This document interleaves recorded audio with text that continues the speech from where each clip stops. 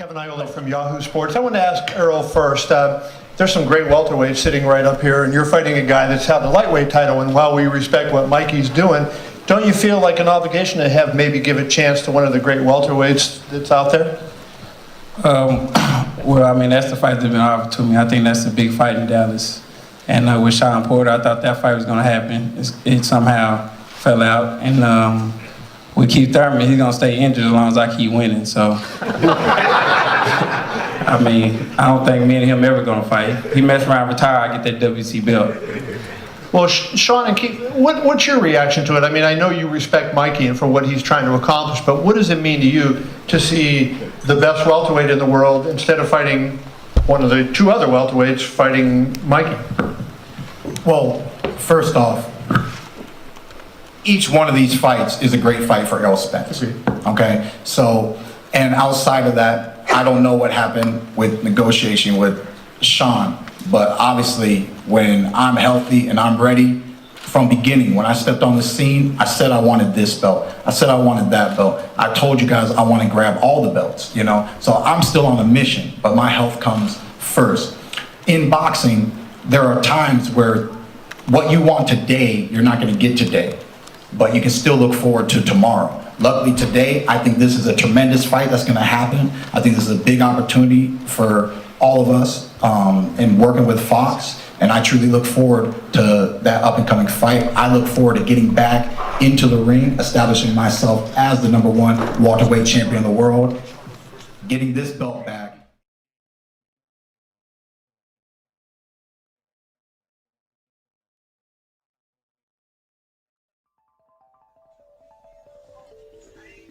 Yes, that's right. Thurman versus Joshua. Thurman versus Joshua. Yeah, see? I'm gonna be the greatest. I'm gonna be one of the greats. Heavyweight champion of the world. Keith, one time, Thurman. Scared to death to talk what? About Spence. Man, please, bro. Please, bro. I just want him to be more famous when we fight. There's no guarantee. One, Floyd ran from me. Real talk. I was at the top. Floyd went in all sorts of directions that never ended up with your Florida boy right here. Alright? Man, Spence is a fight worth saving. Alright? You can tell your mama and you can tell your daddy that you want an Xbox 360. I want an Xbox 360. I want an Xbox 360. Alright? They heard you the first time, motherfucker. They're gonna buy it when they think you deserve it. You feel me? So stop being an arrogant little brat and wait patiently so that I can give you some good entertainment. Real talk. That's right, we fight night, man.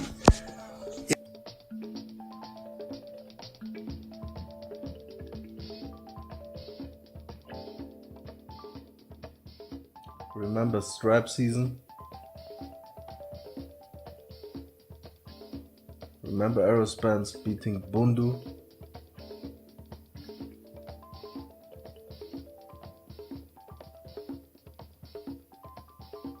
Yep. Remember Devin Alexander? Around the time that Devin Alexander was talking about Floyd not wanting to fight or face black fighters,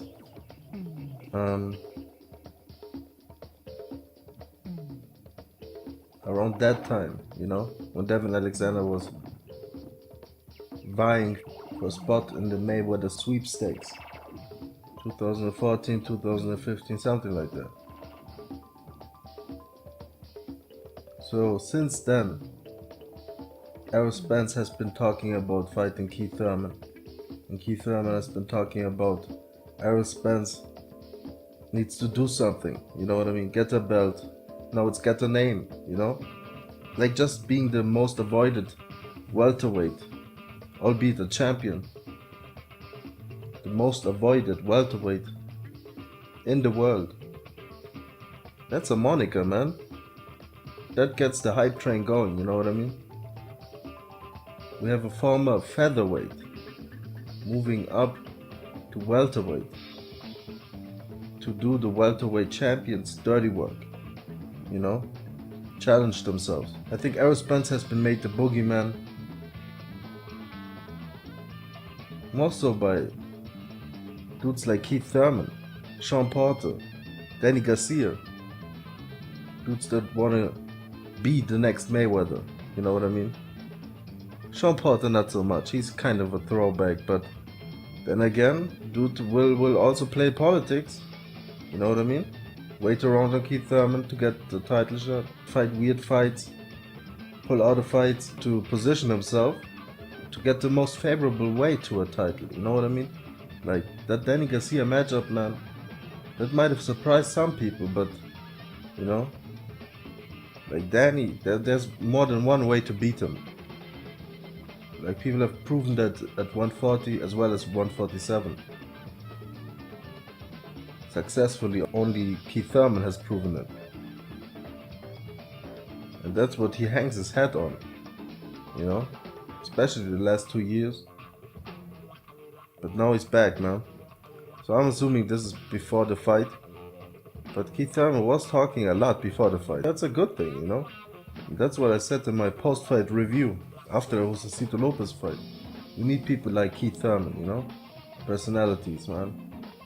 Dude has skills, but he also has a personality, he has a voice. He's a good talker, you know? We want to see more of him in the ring, you know? People were calling him the boogeyman at one time. One time? Yeah, well. Once upon a time, right? Once in a while. He's become a boxer. He's become a boxer, man. After Bundu, he changed his whole style up, man. It's more so his swagger, you know? He's become more of a businessman, Keith. Everybody wants to be Floyd Mayweather, but nobody is Floyd Mayweather. They want to play the long game. And they're not valued as much as a Mayweather, you know what I mean? But they're kind of positioning themselves as if they were, you know? As if they had all the time in the world. They want to talk about fans wanting too much, but these dudes, they're gonna realize that their career is also limited, man. It's only a couple of years, man. I remember like just 5 years ago seems like a short time to me as a fan sitting here on the couch. Fighters have come and gone. The Timothy Bradleys, George Groves, you know? It seems like these were young fighters just a couple of years ago. In their prime. Now they're done. And they might be good, man. Like these Al Heyman fighters, they're getting paid, so they don't have anything to complain about, man. It's working for them, it seems like, you know. And good for them if they can secure their families. But the legacy part is a little iffy, you know what I mean? I don't even know if these fighters nowadays really want to compete with all-time greats. That's why they actually get a little uncomfortable when comparisons are made. And they get a little chippy, you know? Wait patiently. I'm entertaining you. That's good stuff, man. Listen, Keith, he'll entertain us if he's gonna perform like he did on Saturday. But on the other hand, man, if you look a little closer, you could see that the man was coming off a layoff. That's kind of Keith. Let's say this: 2 years ago, he would have probably stopped Josecito in the later rounds, but I think he might have struggled anyway. That's Keith, man. People talk about run time. He goes on the bike. You know, there's no denying that shit, man. There's vulnerability in Keith's style, but at the same time, like, how many dudes at welterweight move the way he moves, you know? It's not the most flashy movement or footwork, but it's effective, you know? And he has that power. He has that power. To keep you off at least, you know? To keep you honest. That's why Josecito wasn't throwing as much in the later rounds as he... I don't know, you know? I don't know if he was preserving himself. But like Keith, he'll stop on a dime, catch you with blind shots and kill shots, really. Especially because they're blind. And he has enough like power and velocity that he can generate. He's pretty special in that, man. Actually, if you look at Danny Garcia when he's comfortably boxing on the back foot, and that's not often, let's be honest. But if you look at him against Lucas Matisse, Robert Guerrero, he can do similar things That's why actually that fight was pretty interesting. But then I guess he has a habit of underperforming. And that he's really similar to Adrian Broner in his own way. At a higher level, obviously. With a little bit more of self-respect. Yeah, man. But Keith Thurman, he's an interesting character. As entertaining he is outside of the ring, he is pretty entertaining inside of the ring. With his faults, you know what I mean? That's excitement. Amir Khan proves that every time he steps into the ring. We watch him for his flaws as much as for his skills. Keith here, you know? He has a weird attitude that kind of is unbecoming for the fans. Maybe casuals now are kind of catching on that Keith Thurman hasn't been that active. People that watched him on Fox. We have been knowing that shit. And it's not like he was looking to fight Errol Spence Jr. when he was active. Legend chasing. A lot of these dudes. Sean Paul too, man. You saw him begging Manny Pacquiao for a fight. Kind of passive aggressively. All stalkerish. Anyway, man. Keith is a interesting character, man. I'm not gonna be disrespectful here. And I enjoyed the fight, you know what I mean? But it takes two to tango. Posito brought everything he had, man. Came up short. I think it was a close fight, by the way. Was a close fight, but like I said, man, Josecito didn't throw as much in the later rounds as he might have been able to, you know. But who am I to judge that, man? I'm not taking shots in there from a Keith Thurman. Like, people also talk about rust and shit, man, but when he was punching, Keith, you looked pretty good, man. He looked pretty good. But he has a little bit of that panic mode when he's... I don't know if Keith can, like, stand his ground in the pocket, evade punches. That's not his game. He'll shell up and kind of panic. It's almost like panic, man. He's open to get hit the moment he kind of opens up his guard after, like, being blind for a couple of seconds. He thinks his legs are going to get him out of trouble, in most cases. But I've seen him in the Sean Porter fight also be in the pocket, coming forward, flat-footed. I like that, actually. But he probably thinks, I'm going to play it smart, use my movement. He's very like Arcelino Freitas in that regard.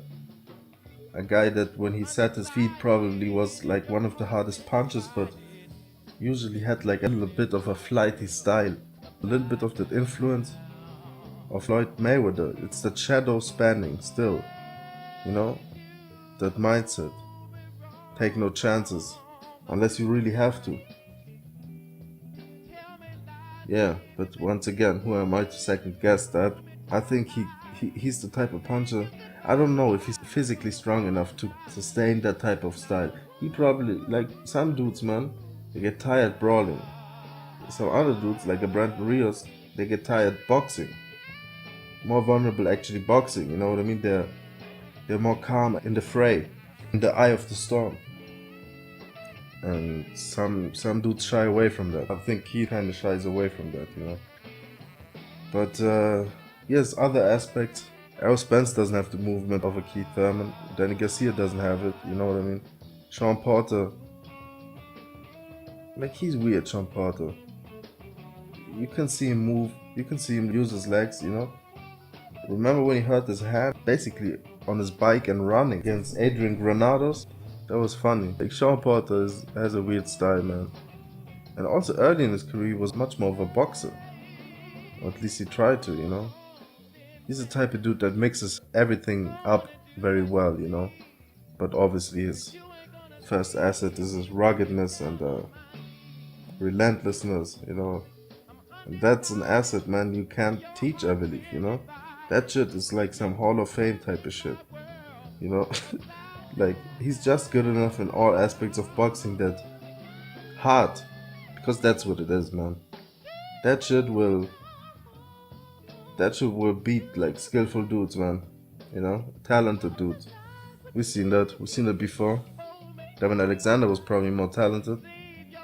Danny Garcia is probably more talented. Keith Thurman is more talented than Sean Porter, but somehow like Kell Brook is probably more talented, but something makes these fights close, or Sean Porter beats these dudes. Adrian Broner is more talented. Or is he? At what point do we say he was never talented? Nobody's ever gonna say that about AB. AB is a special case, man. But this video is Keith Thurman actually clowning Adrian Broner, so let's listen in, man. Boy, you that obvious. He was old. Man, he was not old when I was trying to get him. Shoot, the first day that I made it to major network television, my first fight on HBO, I said, "What's up, Floyd Mayweather? This your boy Keith one-time Thurman." Was that fight against the German dude? He also was calling out Paulie Malignaggi at the post-fight press conference. So it was Floyd Mayweather and Paulie Malignaggi. Remember when Luis Collazo knocked out Victor Ortiz and he called out Floyd Mayweather? Yeah, you in prison locked up right now. But when you get out, come see me. Come see me, dog. Give me a shot. Let me Did he say that? throw these hands on you. You want to know why? Because win, lose, or draw, man, I wanted to fight the best. And now y'all like, fight this guy, fight that guy. Well, guess what? If I really want to fight the best, I got to fight myself. All right? I got to fight myself. I'm at the top, baby. I'm at the top. Y'all don't understand the sport of boxing. That's okay. Floyd will retire you. Oh, Lord. Oh, Lord. Retire me. I'm too young, son. I'm too young. He can beat the bricks off of me and I wouldn't retire. I'd be like AB. I won that. I won that. Give me a rematch. Give me a rematch, Floyd. I won that. Come on now. Stop playing. That's right. That's right. I am the best. I am the best. See? He was waiting for me to become more famous, huh? That's the line, right? That's the line, right? Look.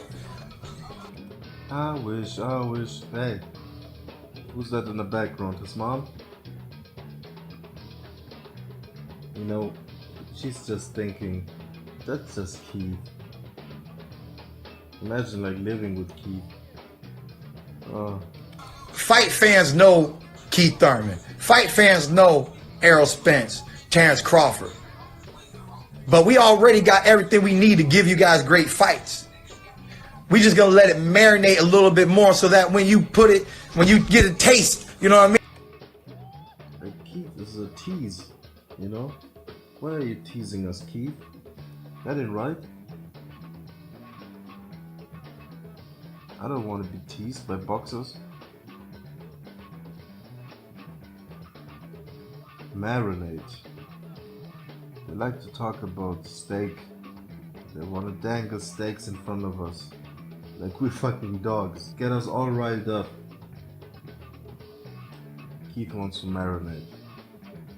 Marinada.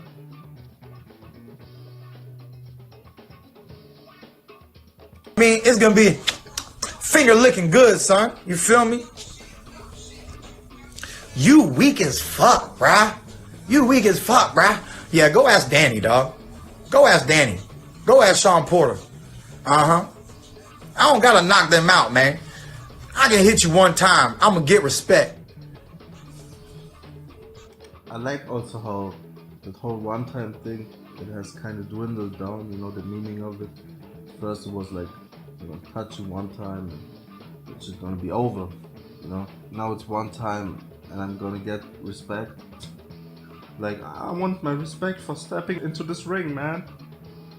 Let me hit you one time. I'm gonna quit one time. Collect my check one time. Go home one time. Never come back one time. Like I said, man, a lot of y'all don't know nothing about boxing, baby. Fight fans, you don't know nothing about boxing, man. You watch it from the outside. You ain't never. That's what they hang their head on. That we don't know shit, right? It's also so original, man. Like when Roger said it. Yeah.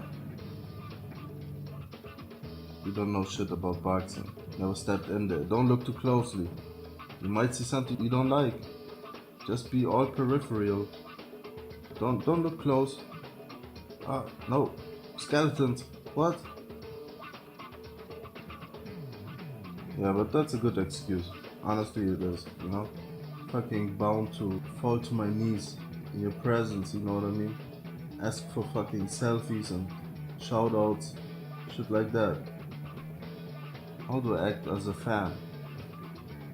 And what if I'm just a fan of the sport? Because the sport doesn't really talk back, you know? Like, the participants, they want to talk that shit. What do you want to do, guy, you know? Do you want to spar every fucking fan? Like, every fan that ever talked shit, line them up, you know? Line them up, I'm gonna knock them out. Dish out brain damage. You want to make money of us, but you don't want to really appreciate us. You would just want to be appreciated because you put your life on the line. Walking out of my fucking door is putting my life on the line. You know, we all gonna die. You might die sooner. Your shit might get cut short, man. 20 years, 30 years. Who knows? You talk about like that Floyd Mayweather blueprint and all that, you know what I mean? You want to be the next Floyd Mayweather, do the shit the smart way, you know? But what happens if you motherfuckers, because you will always come back. Like, look at Floyd, man. He can stay away and he doesn't have to fight anymore, you know? If there's an ability to fight, to make money, just by stepping to the ring, do something you always did, you know what I mean? You love to do, supposedly. Doesn't always seem like that though, from a fan's perspective. Like, that shit seems like a hassle, man. Like, and I'm not mad at you, you know? Quit that shit, bro. That shit, I wouldn't do it. You know what I mean? That's why I'm watching. But, damn, bro. Like, imagine, like, fucking Keith Thurman. He's the type of dude that I can see, like, in a couple of years. Like, let's say he has 3 years left in the game. How old is he gonna be? He's maybe 30 years old now. 33, steps away from the ring. How long has he boxed? Since he's like 10? Alright, let's say he's 23 years in the game, taking shots to the head, to the body, organs and all. There's a reason this dude can't get into the ring. He's constantly injured, and we never know. Keith Thurman gets buzzed a lot in his fights. Let's see, man. 33 years old, steps away. Let's say Keith has, let's say he has 15 good years before. It doesn't always have to be brain damage also, like all those shots to the organs, man, it can't be good over the years, you know. You might develop some other diseases, like we see these dudes, man, like Wilfred Benitez, man, defensive boxers that ended up with bad brain damage, that were actually shot around like 10 years into their career. Like, Wilfred Benitez started early in his career. He was at 16, I believe, a world champion.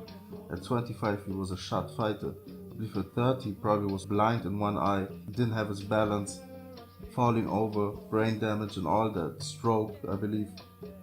Maybe he made it a little longer, man, but still, that shit all set in, like, in his 30s. You know, before he was 40, he was, like, severely disabled. So, we never know how these boxers' brains react. I don't want to paint too bad a picture. We have these outliers like a George Foreman, George Tuvalu, who still though, when they were older, I believe, like, I don't know about George Foreman, but Tuvalu developed, he developed dementia, you know what I mean? And we don't know if it's attributed to his career, but there's a good chance, you know what I mean? Anyway, these dudes want to talk about I'm gonna be smart, you know what I mean, with my career. Like Floyd was talking about, he doesn't want to end up like Muhammad Ali. He always brought it up, and I took offense a little bit as a Muhammad Ali fan at the time. But if you look at it, man, look at Roger, look at Floyd Sr. Floyd Sr. is actually holding up well, but he's, I'd say, like in his mid-60s. But Jeff Mayweather, he's probably in his early 50s. Roger, mid-50s. Like, I think it's in their genes, kinda, to deteriorate. Like, around that 50 mark. Jeff Mayweather and Roger also have diabetes. If you know the science, you can kinda tell when these dudes get kinda slower. You see it with Floyd Mayweather Sr. And I don't want to like wish bad on Floyd Jr., but whether he stays away from the ring or doesn't, the damage might have already been done, you know? So it is kind of what it is, man. There are no guarantees in this shit. So all these names, man, they're just gonna be mentioned by fucking fans. Remember, like when they talk down to us fans, even when this current generation is gone, we gonna tell our kids and grandkids. If somebody's gonna ask, like generations from now, what about this guy Keith Thurman?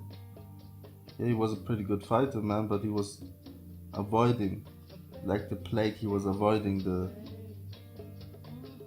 biggest threat in the welterweight division, the presumably biggest threat.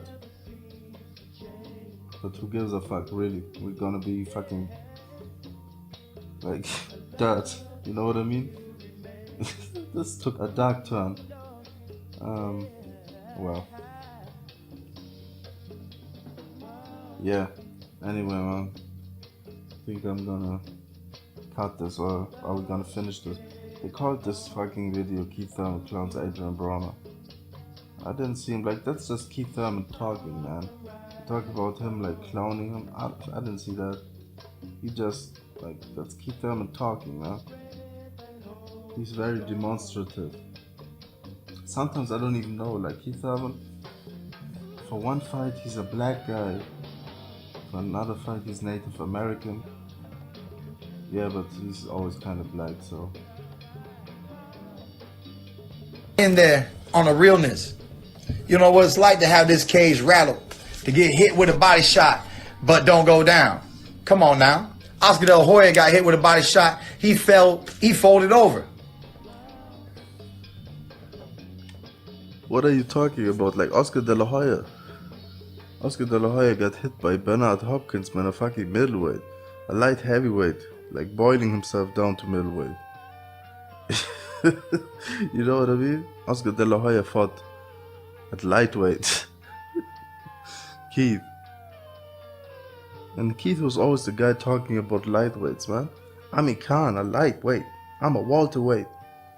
Robert Guerrero, lightweight. But he fought the guy, you know what I mean?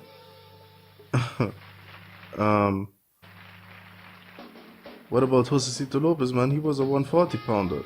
He keeps talking about being a true welterweight, Doesn't want to fight the true welterweight though. That's kind of weird to me. Been talking about dudes like moving up to welterweight, but he wants to test those dudes, you know? Like all these dudes are bullies. They suffer from the Marvin Hagler disease. Don't answer these idiots. I feel you. Thurman is battle tested. Ugh. Let them know. Thurman is battle tested. All right. We a soldier, boy. Thurman versus Jesse Vargas. All right. Yeah, you know. That was actually a possibility, man. That was a possibility. You know. He's the best, but he has no shame in this game. Thurman against Rod Salker. He's a funny guy, man. He's a funny guy. He has the bravado of a guy that would fight everybody, you know? But the actions, they tell a different story, man. I don't want to be too hard on the guy. Obviously, the guy's coming off elbow surgery, fucking ponytail surgery, been crashing his caravan. Somehow I think like Keith Thurman is like in some Arabic caravan or something, you know what I mean? He's like people, or Prince of Samunda or something. He's like 4 virgins carrying him or something like that. Alright. It would have been nice if he would have won. I don't know what Jesse's gonna do next, but you know, that's a fight that's out there. Yeah, see, Vargas ain't really up there, you know, but like one of those, you know, you fight this good guy, then you come back down, then you fight this other good guy. Vargas is on that one, you know what I mean? Like I could fight Sean Porter again, then maybe Vargas, and then maybe Errol Spence, you know what I mean? Shut the fuck up. One of those kind of things. Ugh. Don't tell Shoot me us some more everything, questions, Keith. y'all. Your boys wrapping it up. Nice See, we cornrows, tight. Keith. We ready for tonight. I remember like my mom, like doing my white friend's hair.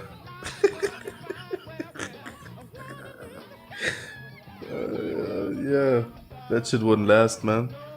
That shit pop open a couple of days, you know what I mean? Oh shit, man. Hey, that's it. Peace out.